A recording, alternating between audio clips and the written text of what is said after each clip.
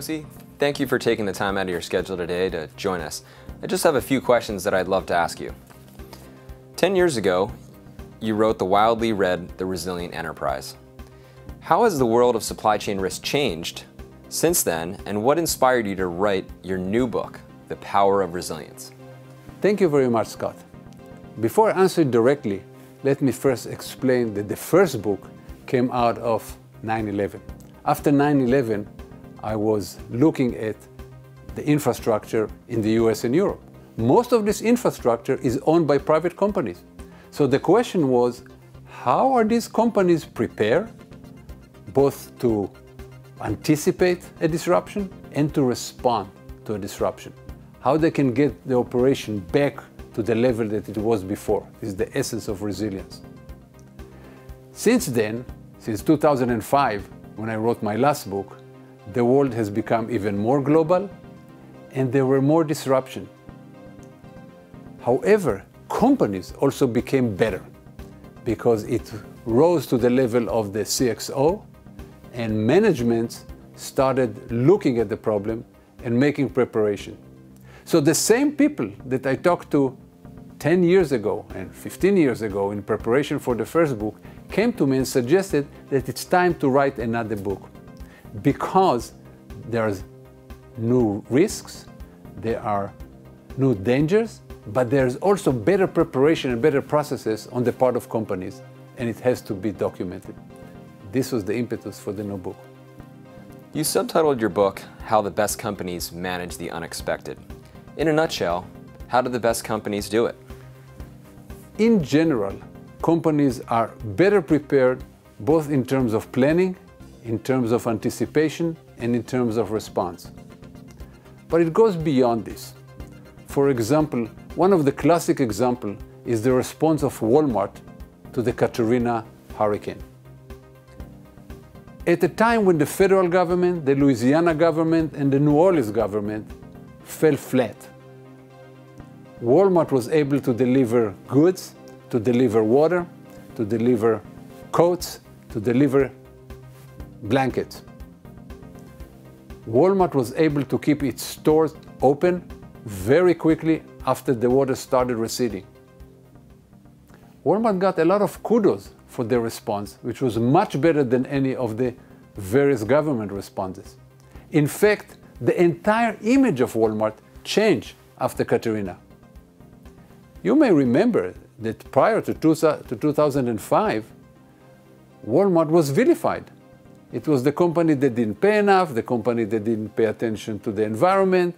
It was the big, bad gorilla that was moving small mom-and-pop store out of business.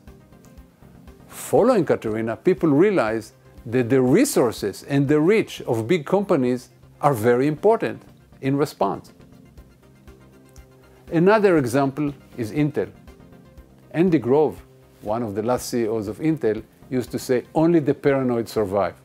And Intel is exactly paranoid. As successful and as good it is, it always looks behind its shoulders. And it has a whole set of processes and a whole set of emergency operations center in each country that it does business and within each plant.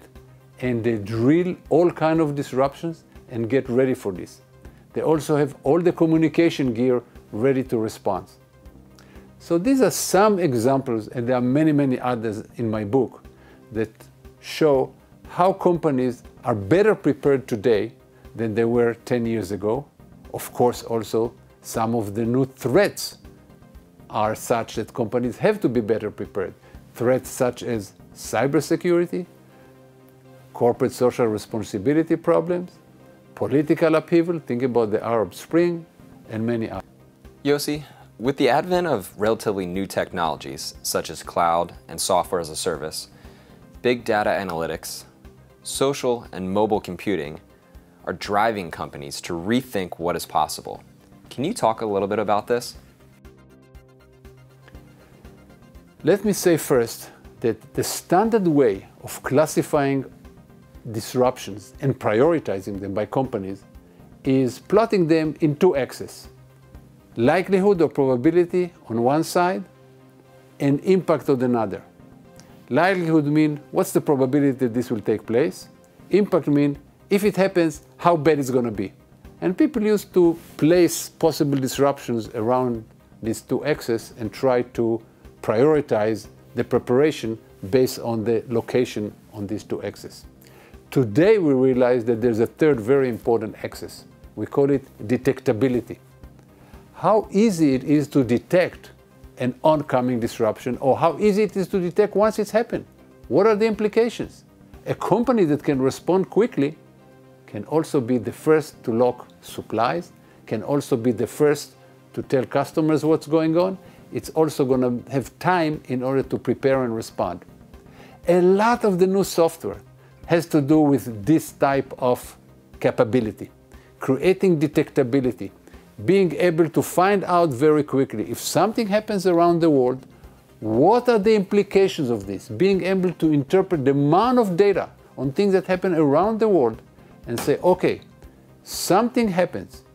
What is the implication of whatever happens on my customers, on my ability to deliver, on my plans, on my personnel, on so-called the value at risk? All this has to be done very quickly, and it's only the new software available to us that can run all these calculations so quickly, collect all this data, and be able to give a response that helps the company prioritize. And lastly, looking forward, what is the best advice you give executives that are concerned with supply chain risk? Usually there's not one specific advice. It depends on the company, it depends on the industry, it depends on the management structure, but there are some things that are common to all types of preparation. Think about two types of disruptions that one can think about. One is things that happen to you as a company, happen in your industry, happen to your competitors, happen to somebody. So you can imagine that they will happen. You say, what will happen if this will happen to me? If these important suppliers will go out of business, how am I going to respond? To do this, companies prepare playbook. Cisco, for example, is well known for having over a dozen playbooks for specific types of disasters. On the other hand, there are many types of disasters that cannot even be imagined. This is what Nassim Taleb called black swans, what Donald Rumsfeld called the unknown unknowns. These are things that cannot even be imagined. So one of the things that I tell companies is that you have to be ready for the unimaginable. And by the way, the future disruption is going to be bigger than anything that you have seen to date, because the past is bounded and the future is unbounded. So sometimes in the future, somewhere, something really bad will happen. And what you have to do is develop processes, communication, personnel that can respond to any type of disruptions. And this is the main advice that I give companies in general. Yossi, on behalf of Resilinc, I wanted to thank you for your time and joining me today, and we appreciate all of your answers. My pleasure, Scott.